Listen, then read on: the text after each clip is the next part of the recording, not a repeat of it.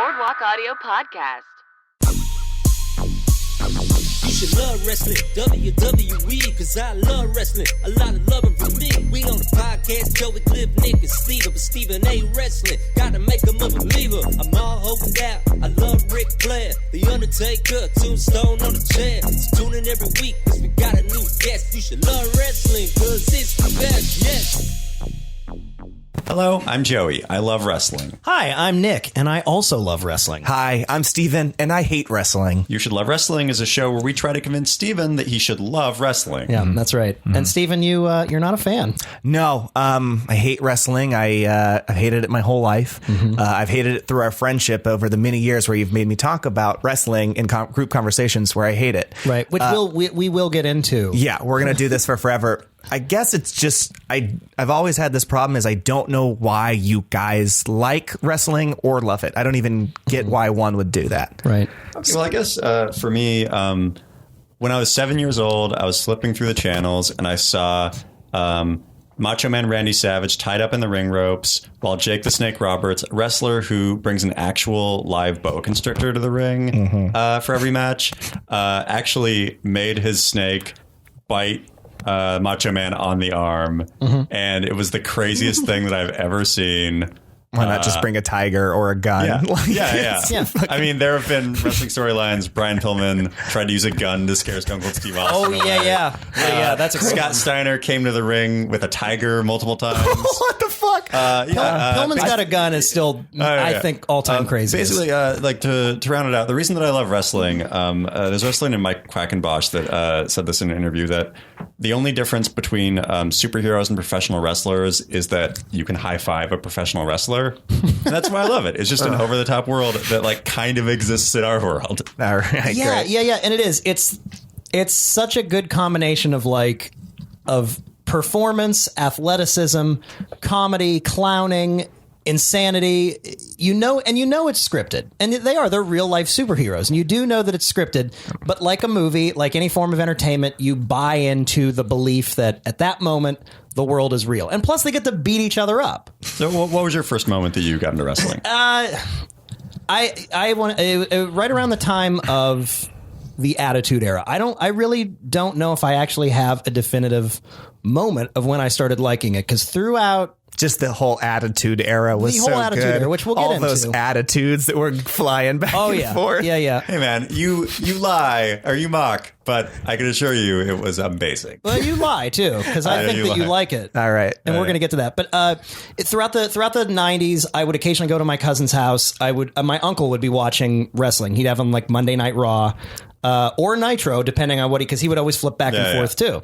Yeah. And so I would always see it and think it was ridiculous. And it was like, this is kind of crazy. And I just sit there and sort of started getting into some of the guys that were on the shows. But I don't know. It kind of wasn't a thing. I was an only child. My parents, I didn't have a brother. Nobody was really into it. So I just kind of didn't really watch it much until around late 98, early 99, when I had a friend who loved WWE, had all the action figures, started telling me who the characters were, and I started learning who Steve Austin was, and Kane, and The Undertaker, all the jobbers of the time, and then I started. I think the first pay-per-view I ever ordered at our house was Royal Rumble '99, and from ordering Royal Rumble '99, even though I had seen other events at a friend's house, but ordering that one at home, from then on I was hooked, and that was the year that. That was Stone Cold Steve. That was the year Vince McMahon won. Right? Yeah. Vince McMahon, the owner of his own company, he booked won. himself into the match and won. Good for won him. That's great. Why do you hate wrestling? Yeah, we want to Steven? know. Okay, so I've hated wrestling for my whole life, and I think it started when my older stepbrother used to like wrestling a lot, and he sucked and also would want to do wrestling moves on me. Does your older brother still suck? Yeah, he still sucks. Okay. You still love wrestling? I'm pretty sure he does. He's an okay guy. Because he's an immature doofus. I think that's what all wrestling is. So he used to do the moves on me, and he was 8 years older than me too. So it's like he's beating up a child to like show me how cool wrestling is. And then every time I'd watch it, all I could ever think and all I still ever think is, this is fake. Why are we doing this? It's so stupid. I hate that they slap each other's chests. I hate that. The fucking wrestling infuriates me. Oh, I can't believe you guys convinced me to do this podcast. Now I'm curious. Now, around what time, what year do you think around that was? So I knew about it when I was like 5, so that was 1993, and then I hated it until I think the only time I ever even veered into maybe liking it was the game WCW versus NWO Revenge. Oh, it's a great game. on Nintendo 64. Yeah. And that was like, it was never even as good as Street Fighter. So yeah, but Mortal Kombat's better than Street Fighter. So that's a good point. That's my point. And It's I'll so take bad. that to the grave. It's like Street Fighter. Okay, so do you remember any moves that your older brother would do to you? I honestly, he'd just like throw me onto the couch a lot. Like it didn't feel like regulation moves, which is all of wrestling. You're like, what is this? This isn't a real move. It's like, oh, I'm gonna try. What's the thing where like you put your leg? I think it's like a scissory thing with. No, that doesn't sound right. No. It's either leg lock. It's either a figure 4 leg lock. Figure 4 leg lock. Fucking figure 4 leg lock. Ric Flair's so signature stupid. move. Doesn't it really hurt? It's complicated. It's stupid. So I think that really between the chest slaps and the figure 4 leg lock, I think you just hate Ric Flair. I think this podcast is over. Yeah, I think we figured out you hate Ric Flair. I don't know who this he is. over. I do hate him though. Yeah, The Nature Boy. Woo! You know that guy? Yeah, that's great. He doesn't know. He doesn't know him. No, I super don't. For today's topic, we're going to cover Hulk Hogan versus Andre the Giant at WrestleMania III, considered by a lot of people to be one of the most iconic wrestling matches of all time. The moment where Hulk Hogan slams Andre the Giant is like the most iconic image in professional wrestling. Yeah. The attendance record they had at the Silver Dome, something like 93,000 people. Correct. Stood, I guess, until 2010. So NBA All-Star Game broke that record. Yeah, over 20 years that record stood.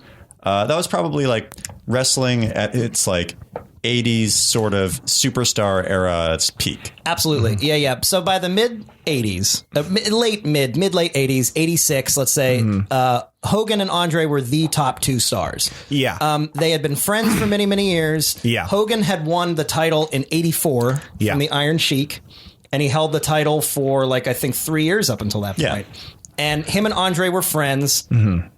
He had been a champion for 3 years. And Andre the Giant was undefeated at this point. Also a legit 7 foot tall, probably 450 pound guy. He's literally a giant. Also, so that's one problem I have with it. They're exploiting a guy with a physical malady to be in their show. Sure.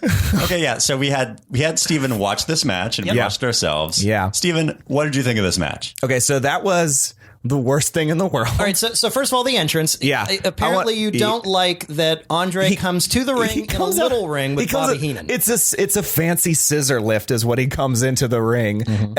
Also, I don't know who this guy is, but clearly he's a bad guy, like, because he's got like white and gold. Yeah. Stephen was talking about Bobby the Brain Heenan. Bobby the Brain. Okay, whatever. Bobby the Brain. He looks like an Italian dictator or something like that, which also all this has like these weird like xenophobic tones that I don't. Yeah, no, it really does. It really does. like pretty clear, Right. incredible so xenophobic blonde tone. Liberace comes to the ring with Blonde them. Liberace comes in with actual this Bob giant. Uecker in the ring. Yep, Bob Uecker's there. Don't know who that is. Should I know who Bob Uecker is? He was like a sports guy. in the Yeah, 90s. like baseball or something. Yeah, not enough for me. Okay, He so did not invent Euchre, the card game, I don't think. I have to look that up. funny story with the chairlift. Andre the Giant, he was like living in pain at this point. He was such a huge guy. He had acromegaly, which is a disease that makes his teeth just constantly grow. Yeah. Right? And the reason they have the mini rings is because he physically could not walk from the entryway to the ring. Jesus So Christ. that was their way of like everybody WrestleMania 3 came out in those rings, but it was specifically to like hide that fact. So Yeah. like wrestler. So He like died the 6 years after this match. He was very, very Yeah. near the end of his life. Yeah. So like the wrestler when Mickey Rourke dies in the ring, that's what Andre the Giant was doing like pretty much every time is like he's about to die. Oh yeah, Like yeah. like the iconic moment in this thing is like where Hulk Hogan body slams him. Is that what it is? Yeah, it's a body slam. It's a body slam. What is that what it is? Yeah. Did you like The Wrestler, by the way? Sidebar. Did you like The Wrestler? The Wrestler? Yeah, the movie. That I did like. That's a great film. That's a great piece of cinema. So I'm curious then. So by seeing The Wrestler and at least seeing it from an entertainment standpoint, seeing like a scripted version of what could very well happen backstage. Have you seen The Wrestler, Joey? No. It's Oh, great. You my should God. I know watch I it. need to. It's great. Right. So did you get any appreciation? You should love The Wrestler. Yeah. That's what the later segment. We're going to do a spin-off podcast. Second podcast. So did that give you an appreciation or a curiosity about perhaps the backstage politics? No. This is all the stuff I feel like is the real stuff that bothers me about it is like, yeah, these are just poor people getting injured, not treated well, and then like exploited and doing roids and shit for the sake of entertainment, and then nothing comes of it. Like that's sad. It's a sad life. We're getting off track. We're getting off track. Nothing. What we're did off you track. think? What did you think of this of WrestleMania think about the 3, match. Hulk Hogan versus Andre? the Okay, Giant? so there's a bunch of shit in this that's just so wrong and crazy. Yeah. First they just stare at each other for 2 minutes at the top of the match, which I'm guessing now is because they're worried that Andre the Giant like stepped into the ring and he's very tired now, so he needs to rest. They call that a face-off, and I don't even think that's a wrestling term. I think it's just a face-off. yeah, it's building drama. Yeah, Steven. sure. Okay, so and then also in this, like I love the commentators. There's a gorilla. Oh yeah, Gorilla. Actual gorilla. Yeah, it's an actual Gorilla Monsoon. Yep. Famously known as an actual gorilla. Yeah. Gorilla Monsoon And Jesse Ventura. and Governor Jesse Ventura. Yeah, it is Jesse Ventura. Where is he the governor of? Minnesota or something. Minnesota. All right, so it's stupid. There's so many things I want to talk about with this thing. It just drives me crazy. I literally don't know where to start. So there's already this controversial 2 count near the beginning of the match where he falls on it. Okay, I know, we all know it's fake, but man, it just stresses me out how stupid and fake it is. Because Andre the Giant spins so he stares at him for a minute, and then now he goes he's sitting there, he goes like, no, that was a 3 count for like another minute. It's so slow. Nothing ever happens. If this was a movie, you'd cut all of this out because it's not interesting. Yet we have to watch it on TV, and I guess the 93,000 people that are there are just watching them do nothing. Well, he liked The Wrestler. I mean, he did like The Wrestler. Well, okay, I will admit this is like a slower match. It's very slow, but it's all pacing. It's just like this is a classic professional wrestling story of like the little guy versus the big guy, and like it's like it is slow, but that's just like. Andre the Giant's not going to run across the ring at 50 miles an hour. Right. And if he did, it'd be fucking awesome. Right, but it's not going to happen in 1987 when he's going to be dying soon. And so Joey and I were talking about this a little bit the other day because we talk about wrestling all the time when you're not around, and most of the time we talk about it when you still are. Yeah. If you run to the bathroom, you come back and we're talking about wrestling. Anyway, we were talking about that. While this is definitely a very, very see, look at all these camera flashes. We have it on in the background here. Yeah. While it is a very slow paced, slow match, the thing that because it's a very slow match. Yeah. The thing that we were talking about is it does accomplish its goal in telling the story. Yeah, like the story is can Hulk Hogan slam Andre the Giant? Right. And like that's what this whole thing is about, is if he can slam him or not. But it's the build up to that point of their former friends. He's aligned himself with Hulk Hogan's enemy, Bobby the Brain Heenan. So, Can he defeat? This is actually something that's very interesting about professional wrestling is like storylines take years to build. Like this took, I mean, like Nick was saying, this was like a 3 or 4 year build of like, they're great friends, they're tag team partners, they're helping each other out in battle royals. Currently, they don't know how to do that. Yeah. Currently, they completely forget about it. But in the old days. Yeah, this had years of build to this. So like, that's the other thing too that's fun. At the beginning of this, they talk about Gorilla and Jesse keep on talking about whether or not Andre the Giant has been brainwashed by this. Is it the brain? Is it the head? What's his name? Yeah, Bobby the Brain Heenan. Yep. Yeah, they're like, oh, is he brainwashed? Is he in control of this? Like, did he want it? And they're like, I mean, that's how silly it is. They can't even decide if this is a real thing that he's doing. Like, that's they're like, is he in control of his own body right now? Come on, you know that's not literal. general. You know, What the fuck? you know that they're not. Why are they presenting it that way? Like he didn't implant a chip in the back of Andre the Giant's neck or something like that. Does that ever happen? There have been far worse mind control storylines in professional wrestling. This isn't even close. This is Fair literally enough. just like that was a turn of phrase of like, oh, is he in his ear? Did he convince him? Like he must have said something to convince Hulk Hogan to turn on Andre the Giant or whatever. Ultimately, what this match was God. billed as was the irresistible force versus the immovable object. I heard that. Yeah. And I was like, what does that even mean? And that's because Hulk Hogan was this cultural phenomenon. Yeah. So it was also part of the culture at the time. Wrestling was huge. Yeah. 80s boom. This is like really considered like the pinnacle of that 80s boom. Yeah. He's a huge pop culture crossover star. I think he was maybe like 34 in this match. He looks like he's 70, always has. He's looked like he Hogan, was 70 yeah. for the last 100 Yeah, years. Looks like hell. And then Andre the Giant was billed as being undefeated. I don't think that was true. He wasn't actually undefeated. He was billed as being undefeated. Right. But and so The he was, lies go on with wrestling. of It's course, all lies. all lies. And he was the immovable object. That was really the point of the build. Oh, so that's why they keep on bringing it. It's the slam. Is they're like, oh, he's the immovable object. Nobody could pick him up, right? Yeah. Okay. Yeah. I just want to point. getting it. I just want to point out that okay, so nobody can pick him up or whatever. Except for the forklift. Except for the poor scissor lift that has to roll him into the stage. They also like they talk about Hulk Hogan. He's the champion at this point because he came in with the belt, right? Yeah. Okay, so they're like. Ventura and Gorilla, the whole time they're talking about like, I didn't think it's possible for him to win. There's no way. And I'm like, well, he's like the reigning champion. Like I would assume that he could probably win. Like that seems like a fair bet, right?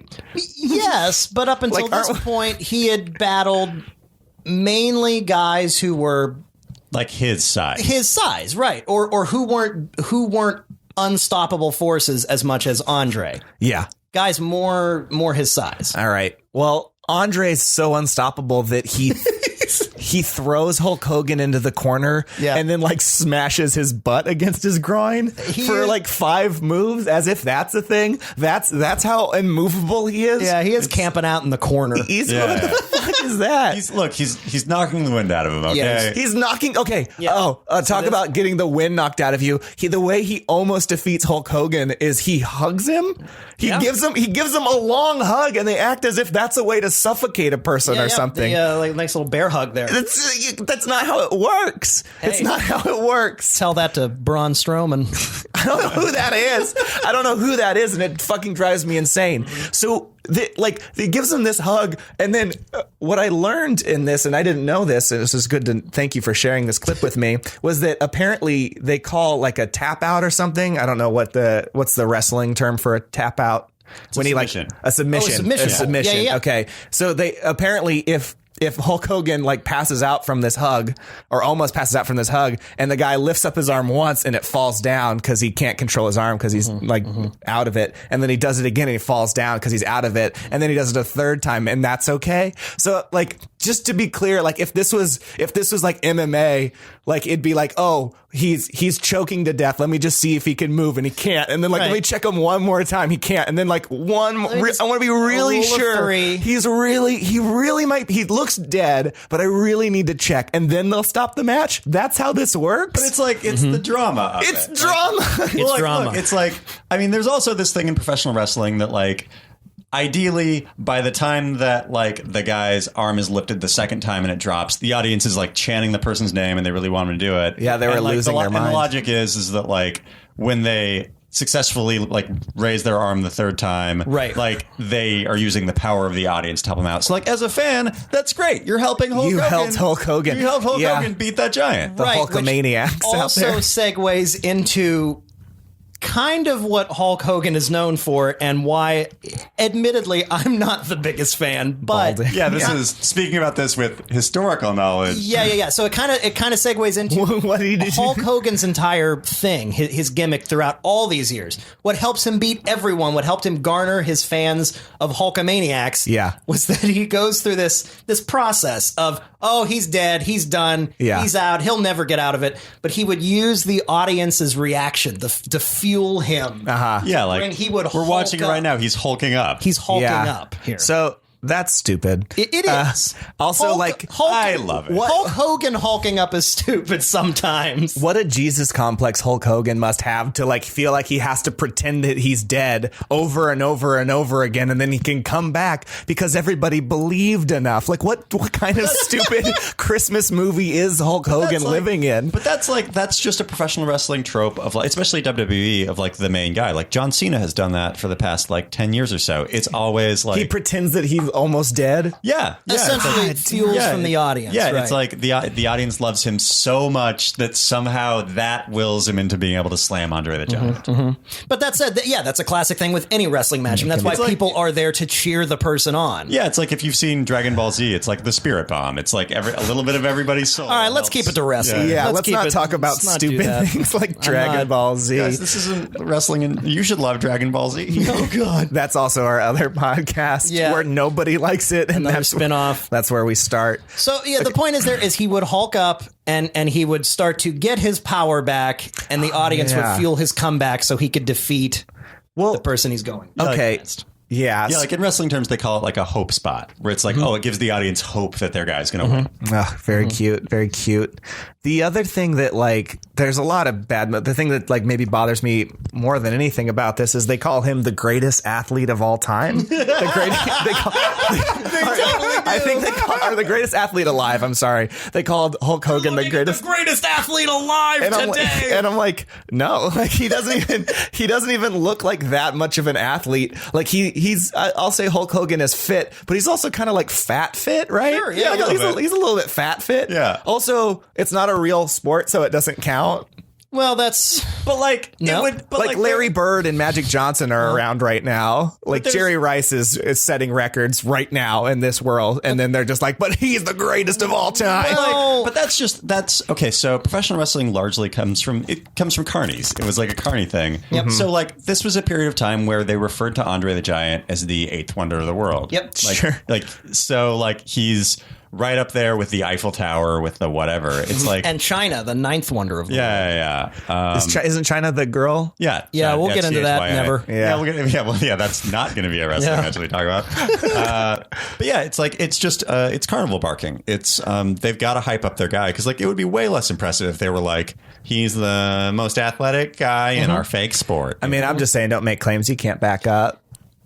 So, and what did you think of this spot, by the way, where now they're outside of the ring? Hulk Hogan's getting desperate. He's lifting the pads off the floor. So wait, Hulk Hogan lifted the pads off the floor? Yes, he did. Oh, that's bad. Yeah, it's a bad guy move, but he's desperate and he wants. But he needs it, so it's okay. Yeah. So that's that confuses me. I don't know that. Don't they get disqualified if they're out of the ring or something at a certain point? Okay, so the way that it works is if you're out of the ring, you need to answer to a 10 count. So the referee will count 1, 2, 3, 4, 5, 6, 7, 8, 9, 10. Right. They will do it quickly or slowly depending on the dramatic needs of the match. Right. That was the longest 10 count I've ever seen. Oh, there have been longer than that. There have been way longer than that. Yeah. The floor lifting the pads up on the floor is okay. It would be different if he brought in an outside object, a foreign object, and hit him with a chair or the bell. Also, why are those always why are there always chairs under the ring? Where they didn't have other storage in the whole stadium? Where are the announcers and the timekeeper and the where are they going to sit? They leave them under the ring. This is insane. All right. I'm infuriated. Look, after they're done setting up the arena, there are a couple extra chairs that they like to keep around just for whatever reason. And they put them under the ring. Also tables and occasionally hornswoggle. And a ladder and a fire extinguisher a because gun. I don't sure. Well, okay. Yeah. So different sized ladders. Yeah. Step from just in case step it's a ladder to very match. tall. Yeah, I get it.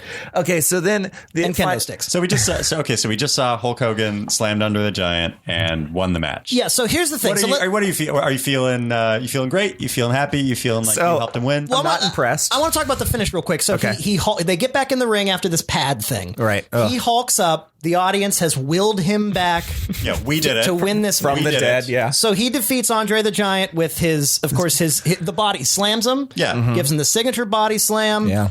Which Hulk Hogan talks about in his autobiography, he legit tore his back while he was lifting. Did he? Did he really? Because I've heard this before. Like he said he tore his bicep and his back. He's standing. He seems fine. Sure, but you got a lot of adrenaline in front of you. Because of all the Hulkamaniacs. You're in front of 90,000 people. I would feel like if you tore the muscles in your back, that's you guys. This is exactly why I hate wrestling. Is you guys like, oh, I understand it's fiction. That's fiction too, man. Dude, no, he points at a picture of his back, like in his biography, and is like, "This is where I tore my back." Slam Andre. No, listen, dude, for real, guys. You're lost in reality. Wrestle through legit injuries. Oh yeah, sure, all the time. Yeah, like Vince that is McMahon real. tore both of his quad muscles and still somehow walked back to the backstage area. Yeah, what about even recently? Sami Zayn dislocated his arm and worked that whole match with one arm. Yeah, I mean, it's like just, it it's the happens. culture of wrestling that you work through injuries. But okay, so not real. They're not. But on the other hand, Hulk Hogan he's a famous liar. He basically he is. He hasn't done it lately, but something Hasn't lied. Something that he does about this, something that he does with this match specifically is like the weight of Andre the Giant will increase every time that he talks about it. The amount of people in the arena will increase every time he talks about it. Yes. And how soon after the match Andre the Giant died will decrease after it. So it's just like I body slammed him and he died, brother. no, it's literally like there have been times in interviews where he's insinuated that that's what killed him. I body slammed him and 6 years later his heart gave out. Yeah, let me tell you something. I slammed him so hard he died. You connect the dots. No, like he legit. Well, it's like you weighed 1,000 pounds. I lifted him 12 feet in the air, and he died 4 days later in front of 12 million people in the Silverdome. These are actual things Hulk Hogan has said, and it's great. He's still fucking dancing. It's so bad. So you know about wrestling moves and things and suplexes. You've seen these things before. You used to get those. Your brother used to do some of those moves on you. What did you think of Hulk Hogan's... Other than the slam, what did you think of Hulk Hogan's finisher? Yeah, the leg drop. The atomic leg drop. Oh, when he put the back, off the ropes. He jumped and then he jumps, leg drop. Well, I mean, I think if you're actually trying to inflict maximum damage, that's probably the worst thing you can do when you're running at somebody who's laying on the ground. Like, just kick them in the face, right? So you don't think the leg drop? Just picture Hulk Hogan's entire career, but with his leg drop replaced with a kick in the face. Yeah, he just punts a dude in the face. Yeah, which is Randy Orton's finisher. Actually, it was for a while when he was the Legend Killer. It's his super finisher. He does that where he just runs and kicks him in the face. And they'd be off TV for like months, weeks or months. That would be his retire people move. Yeah. Yeah, because they'd kill somebody. Exactly. I love it. Yeah. Exactly. Well, okay, so that's his signature move is to jump up in the air and then like bend his leg so he doesn't really hurt his friend. And then, okay, great. Right. Yeah. Also a lame move. I mean, right? Like, even you guys think that's not cool. Well, okay. Here, at the time, it was good. An interesting story about that move is it's led to a lifetime of back problems from him. Absolutely. Really? Oh, yeah, because he jumps and lands on his spine. Yeah. Falling on your ass every night? Oh, my God. Getting so many back surgeries from that. And that's like... Has he? Or is that part of the fiction, guys? No. He's like, he pointed to it, so I believe him. No. He's posted like pictures, like he's taken like vines when he could be lying to me. I could just be, yes, I'm already winning this podcast. But no, he'll post like vines and like periscopes of him like in the hospital, and he'll show like stitches on his back and stuff like that of where like a rod was. But he still wrestles. He's like no. He does. I mean, especially now he doesn't. No. He says that he's good for one more match, but like that's just an old timey wrestling thing to kind of always say that. Yeah. His most recent match was probably like 2012 or something. It was like I think it was like within the past couple years. I think a lot of people who live in self delusion tell themselves they're good for one more. It's like I can have one more drink and I'm not an alcoholic. I am so self delusional. I can watch one more Hulk Hogan match. All right. Well, this has confirmed everything I believe, that wrestling is stupid. Okay, so if we were to like rate this match, let's say 1 to 5 choke slams. What should be our rubric? I think should we change it for every episode? Because I would give this one to 5 leg drops. Yeah, 1 to 5 leg drops. Okay. One being I don't know. 1 being a kick out. 5 being a clean pin. Okay, great. The 5 count. The old wrestling 5 count. Hey, man, King Kong Bundy did it. True. Oh, God. Okay, so Nick, if you were to rate this match 1 to 5 leg drops, what would you rate it? We have to do this solid 1, 2, 3, 4, 5. Yeah, it could be a half.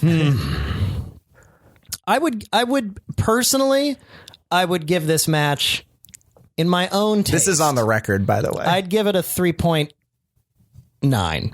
3.7. I give it a 3.7. In terms of importance for wrestling, it's a 6. It's a 6. It's a 6. It's a 6 leg drops for importance. 3.7 that's a kick out right before 3.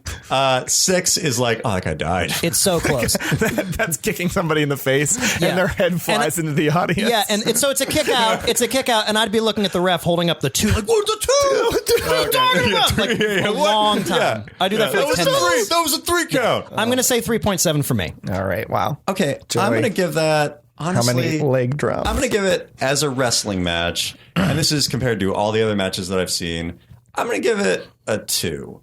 Like a 2 out of 5. It is a little bit slow. Yep.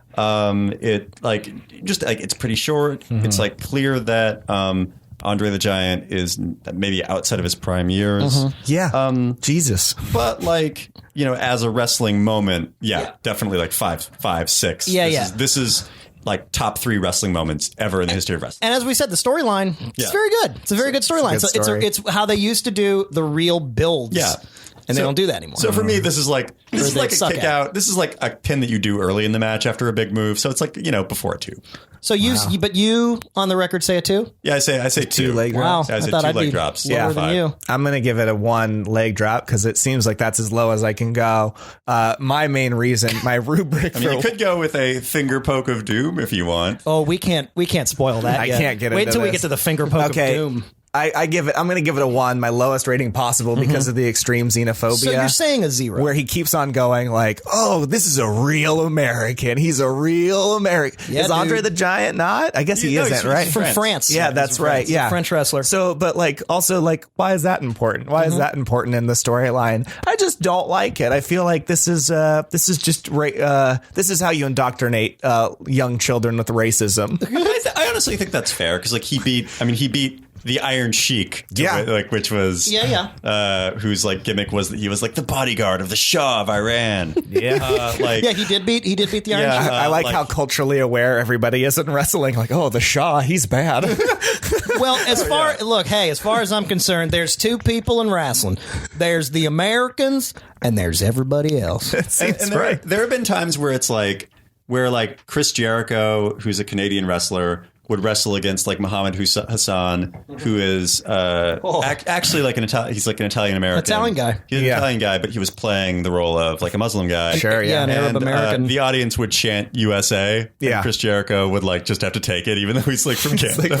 It's just a bunch of mindless racism. I love it. When it comes to American wrestling and particularly World Wrestling Federation / now WWE, very, very, very unabashedly pro-American. Oh yeah. And USA chants everywhere. We've definitely learned recently just how real of American Hulk Hogan is. Oh yeah, what happened? He's living in Trump's America, baby. Oh, is he a Trump supporter? Well, wait, this comes into the promo a little bit, actually, right? Yeah, so let's switch over to our second topic. Yeah, and then we'll talk about current Hulk Hogan a little bit. I can't wait. Okay, so second topic. We had Stephen Perlstein watch a promo where Hulk Hogan was going to wrestle Andre the Giant at WrestleMania IV. This was 1 year later. This was sort of the follow-up match to it. We're going to play a little bit of that promo right now for you.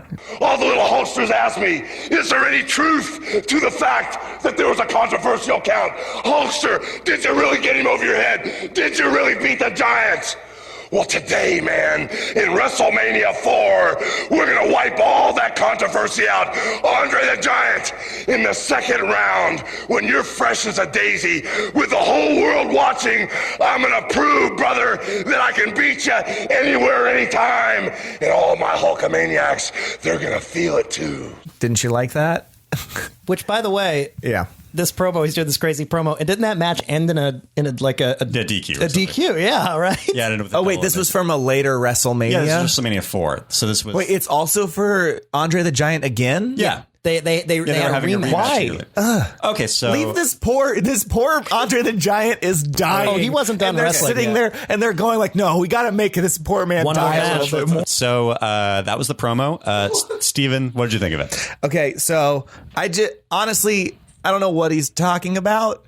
My main thing is like, I don't like that he swam away. Did you notice that he decided to backstroke away? Swam away. Swam. I didn't say swam away. Well, no, but even I would go with swum. That's fine. But you said swam. He swam away. Swam away. Guys, SWAWM.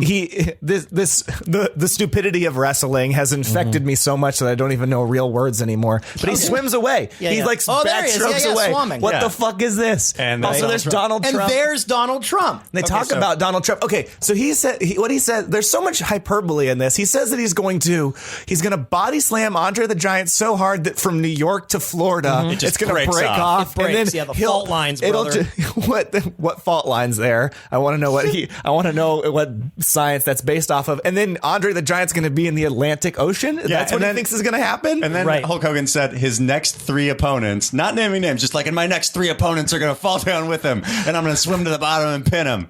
And then, and then Donald Trump's going to be clutching the top of he thinks Trump he's Plaza. Aquaman. Like, yeah. And then he talks about like Trump holding onto the top of what the fuck is And this? Trump was there because Yeah. this was in Atlantic City, New Jersey. Okay, this was at Trump Plaza or something. Yeah. Great. And like Trump's gonna be clutching to the top of of the Trump Plaza while it's sinking into the ocean. His family's gonna be in one hand and Plaza's gonna be the other, and he's gonna let go. He's gonna let go of all of his money. And, yeah, and then they're go gonna with his hold on to family. his and then biceps, he's gonna swim. But Donald Trump, if you get tired, oh brother, if you get tired, you can just climb onto the biggest back in the world, and I'll swim all of us to He freedom. says he has the biggest back in the world. Yeah. Meanwhile, he's facing Andre the Giant. It's kind of funny. And arguably has a larger back. I don't think he has the larger back. Yeah. I mean, look, there's a lot of. He was making a lot of this was said out for the poetry of it. Okay, sure. Yeah, the poetry's a Talking little about weird. His pythons, his biceps. I also like that he's wearing a cross. Again, we just want to let everybody know that you have to be an American Christian or you're a bad Sure. person. He also like so, and then he's on this like tirade about Trump and like he's going to let go of his material goods. He's gonna let go of his material. Like, yeah, what's Hulk Hogan's a socialist. We were established that in this promo. He's a Do socialist. you know Hulk Hogan's 3 demandments?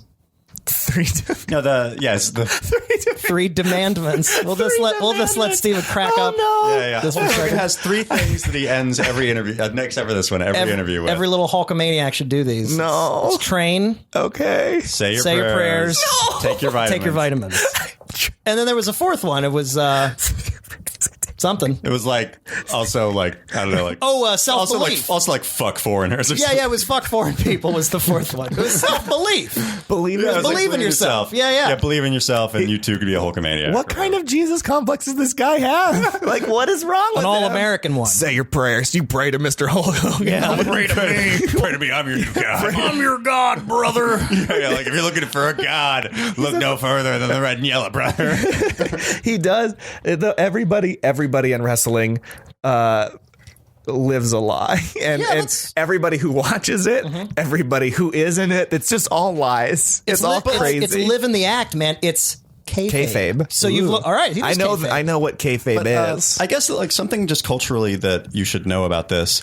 People still thought wrestling was real. Yeah. when this match was happening. Was 89? Yes, people like wrestling was still kind of in the shadows of kayfabe. People still thought it was real. So like as a kid, I genuinely believed that Hulk Hogan was going to be murdered by Andre the Giant. Okay, but totally. That's the thing. Like even as a kid, I mean, like I said, I didn't get into it till probably 93. I didn't watch anything until like 93-ish. And even as a kid, I remember thinking like that wouldn't hurt. Like watching like chest slaps or like the things that they do. I'm like, they're not actually hitting anybody. They're not actually hurting anybody. Like in this match, Hulk Hogan gets dropped by Andre the Giant at one point, and then he like gets in this pose where he like spreads out and he like shakes, and I'm like, what? Why would he do that? It looked like he just bounced on a trampoline, and now he's having some kind of weird seizure.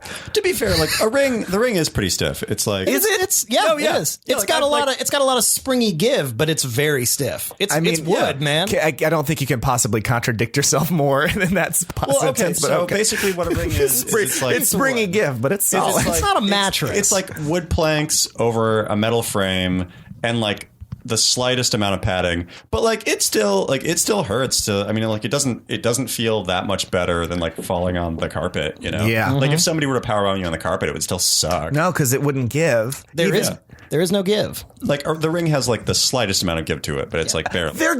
It's like a fucking springboard, man. You see how high they jump? That's the only reason Hulk Hogan could get Andre the Giant up is because he leapt up in the air.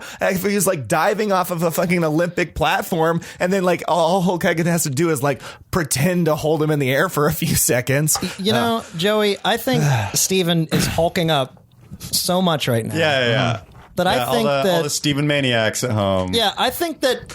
So I guess should we ask Steven to do whatever he knows about Hulk Hogan? Put it into your own words. Whatever you think. Should we ask him to do it? Wait. Yeah. Okay. Hulk Hogan, he was very much known for his promos. Oh, yes. Sure. Like over being a wrestler, one of his great abilities was like talking people into the building. Sure. So if you saw this promo, Right. do you feel like how does this promo make you feel? Yeah.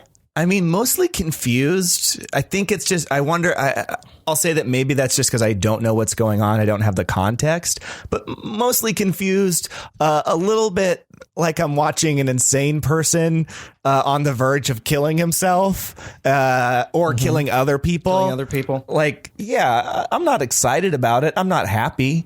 Okay, so Also knowing that he could potentially be telling me to train, eat my vitamins, That's right. and pray. Yeah, sure. And also fuck foreign people, maybe. I don't know. That's a scary person. He's a scary person. Okay, so after watching this promo, you feel scared. Yeah, I'm worried. Interesting. I'm worried about the mental health of this person and everybody Man. around him. Wait till we get to Ultimate Warrior. Oh yeah. I've heard. I think I know that guy's supposed to be the craziest one, but I don't know. If that's true. He's I don't untouched. want to go too much into it, but he's a real maniac. Untouched. Okay, so we've got a segment that it's the first episode. We've got a segment we want to test out. We want to have Steven cut a promo in the style of the person that we just watched. So in that case, we want Stephen Perlstein to cut a promo as Hulk Hogan, or a Hulk Hogan style promo about I don't know what would be a good thing for him to cut a promo about. What he's going to do to his opponent tonight. Yeah, what you're going to do to your opponent. We'll just say that your opponent is. Can it just be like John? Yeah, your opponent. Brutus the Barber Beefcake. Okay. Is that a real thing? Absolutely. Real wrestler. Great. And here to introduce you actually is Mean Gene Okerlund. Let's take it down to Mean Gene. All right, I'm standing here with Hulk Hogan. Hulk Hogan, tell us about your match tonight with Brutus the Barber Beefcake.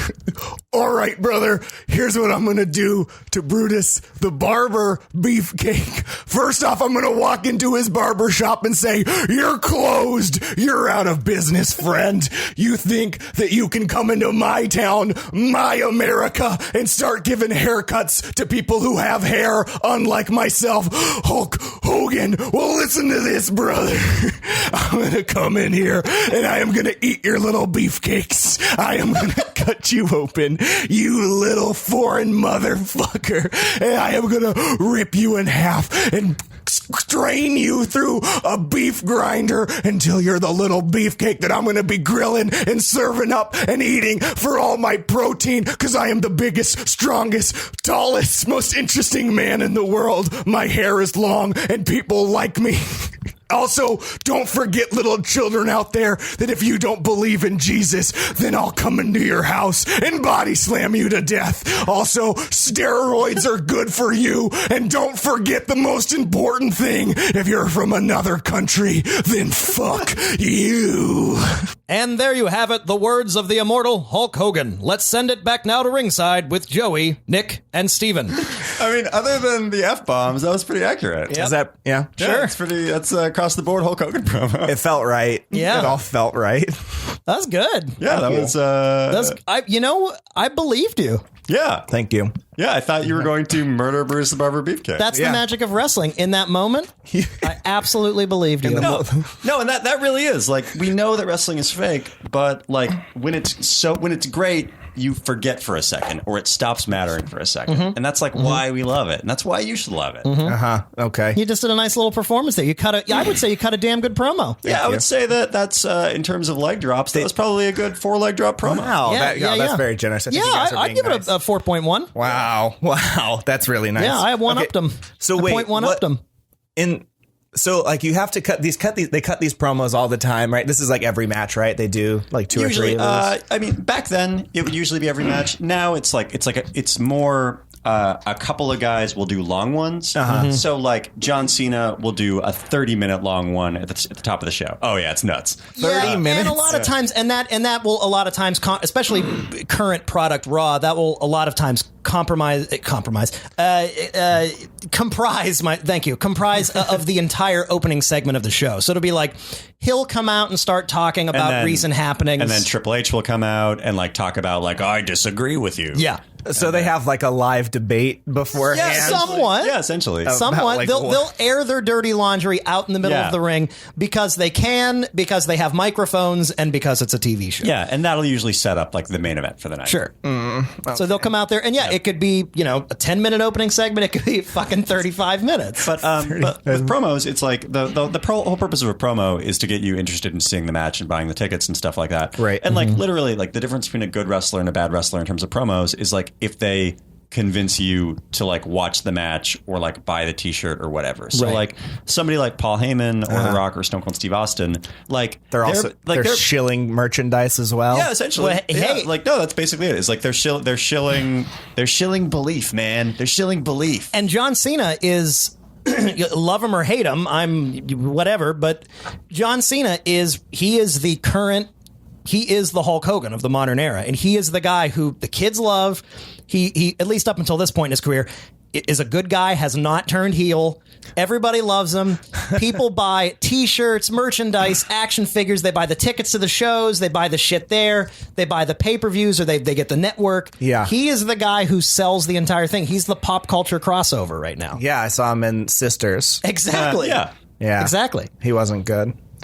I heard he was great. Did you see Hulk Hogan in that no leaked, holds leaked barred? tape? Yeah, that leaked tape. Does he have he has a sex tape? Yeah, he's got sex tape. He fucked somebody else's wife. Yeah, a guy named Bubba the Love Sponge. Bubba the Love Sponge. No, it seems like he had it coming with a name like that. Yeah, Sure. Yeah. Also, just you reminded me with turn heel is another segment we should do in the future. Is you guys because there's so much lingo, Sure. So much vocabulary. I want to do like a vocabulary test Or on. just we could turn heel. You could turn heel. Yeah. I hate you, Stephen. Yeah, like I'm Joey Clift and I hate wrestling. You're going down. Okay. Yeah, that sounds good. I just love the evilness of it. It's a real nightmare, guys. So if you were a wrestler, I think you'd be a heel. I think I am the heel of this think podcast. you are. I'm the heel of this podcast. And I just want to say out doubt there about it. to everybody who loves wrestling, come at me. If Wrestling is stupid. What you believe is stupid. I'm here. I'm waiting for you. I think our wrestling dynamic also just happens to be how we are professionally and personally. Yeah. You're the heel. Yeah. Joey's the face. I'm the tweener. A tweener? That's what right, the fuck I'm is the a A tweener? tweener is Stone Cold Steve Austin. It's basically like a baby face with a shade of gray. Sort of an anti-hero type. But he's maybe. like he was supposed to be a bad guy, but everybody liked him, right? Isn't that the thing? That's sort of what a tweener is. Yeah. Because it's like they act like a bad guy, but it's fun. like they act like a bad guy, but like when it comes down to it, they're a good dude. Yeah, they're so good at being a bad guy. If some guys are so good at being a bad guy that they get over with the fans, then they'll just cheer him anyway. Yeah, like New Day is a perfect example of that. Yep. Like they're supposed to be bad guys. People love them. Well, and they were handed a shit gimmick, and they made it great, and people yeah. see that. Hey man, let's save New Day. I talk can't wait forever. for all these future episodes. These are all teasers for gonna be future exciting. episodes. Guys, subscribe to the podcast right now. We'll just say it. All right. Subscribe. Is there anything else we have to talk about with wrestling or whatever? Okay. I think that with wrestling, we're probably done. But part of the deal for us doing this podcast was Stephen is going to try to convince us to love something. Yeah, let's go ahead. You have 4 seconds. Well, today, my thing that I'm trying to convince everybody to love is John Steinbeck's East of Eden.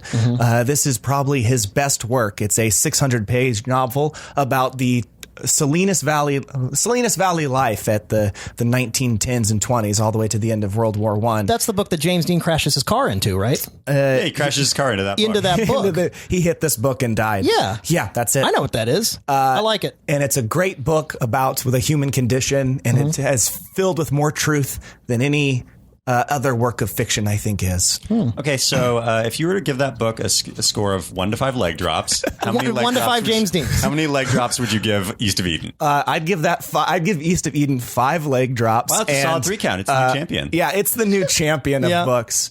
I think you guys should check it out. I don't know. It's a real quaint. And, it does look like a long book. It's a long book. It's about 600 pages, but it's probably his most ambitious work. It covers 3 generations of a family going through life and the trials of what it means to be. Are we in control of our own lives? Are we destined to be bad or good? It answers a lot of these questions, and it ultimately says, you're in control of your own destiny. And I think that's, I don't know, I think it's a really powerful message. Yeah, I felt the same way about Daniel Bryan's rise to the championship at WrestleMania III. Yeah, no matter what, he was in control and he fought it out and he got there. He became the top guy. Okay. That's very interesting. I have not read very much Steinbeck. Have you read any Steinbeck? I read The Pearl in high school. I don't know what it was about. Okay, great. Oh, yeah, wasn't The Pearl? That was the one about like the kid who gets the black pearl and then he...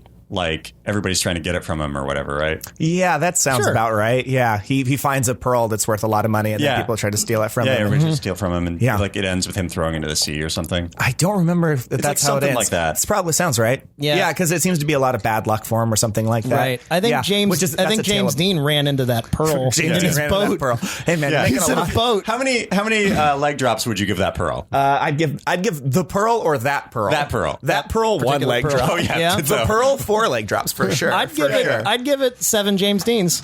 Wow. That's how many? The porn star or the actor? Yeah, no, he doesn't get anything. He doesn't get anything. What a jerk. He's a bad guy, guys. All right, so you guys don't like John Steinbeck's East of Eden? I would read East of Eden. I have not, but I would absolutely read East of Eden. Okay, we'll make a deal on the podcast. I read the first half. For our new podcast, you should love Steinbeck. Yeah. Okay. A spinoff, okay. yeah.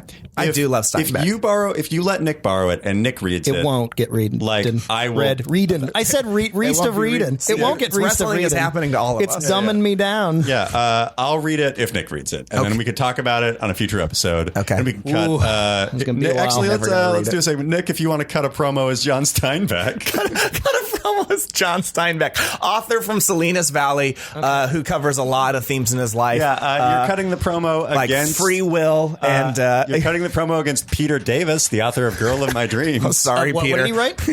Girl of My Dreams. Girl of My Dreams. Yeah. All right, here we go. Great. I can't wait. Oh, hello, it's me, John Steinbeck. Classic Steinbeck. I wrote a book. It's called East of Eden, and I hope you'll all read it. Jimmy Davis wrote a book called, what was it? Peter Davis wrote a book called Girl of My Dreams. He wrote Girl of My Dreams. And I can certainly say that book is one of my worst nightmares. Look at my mustache. I wrote the Pearl. I'm John Steinbeck. Goodbye. And he flies away. Classic Steinbeck catchphrase, I wrote the Pearl. Yeah. Well, he's one of the greatest American authors of the 20th century. Yep. And, you And just here I mocked him. am making a mockery of him on a wrestling podcast. Yeah. Who's the idiot now? Yeah. Okay, was Steinbeck from America? He was, yeah. Oh, okay. In that case, it's fine with that guy. You're fine with him now? Yeah, he's a real American. Oh, yeah. He is a real American. He's nothing's more American than him. Yeah. He's also from where I'm from originally, the Salinas Valley. Napa Valley or whatever. Yeah. He's from up there. Vacaville or something. Yeah, he's not from there, but whatever, yeah. Okay, well, I think that about wraps it up. I think that does it. I think so. On You Should Love Wrestling. Yeah. Steven, do you love wrestling yet? I don't. I think I've actually learned to hate it just a little bit more. Really? This episode, yeah. Well, we have in the next few episodes to forever, we have our work cut out for us, Joey. Yeah. Yep. I'm Joey Clift. You can follow me at Joeytainment. Yeah, I'm Nick Gligor. You can follow me at Nick Gligor on Twitter. That's Gligor. And I'm Stephen Perlstein. You can follow me at Perlstein, Perlstein. And you can tell me why you like wrestling, and I will tell you why you're wrong. All right. That's episode You Should Love 1. Wrestling. That's episode 1. We did it, everybody. Da da da da da da da da. Is that a song? Well, it comes crashing down and it hurts inside. I don't like foreign people on my... This has been a Boardwalk Audio podcast. For more information and shows, visit boardwalkaudio.com. Don't forget to rate and subscribe now.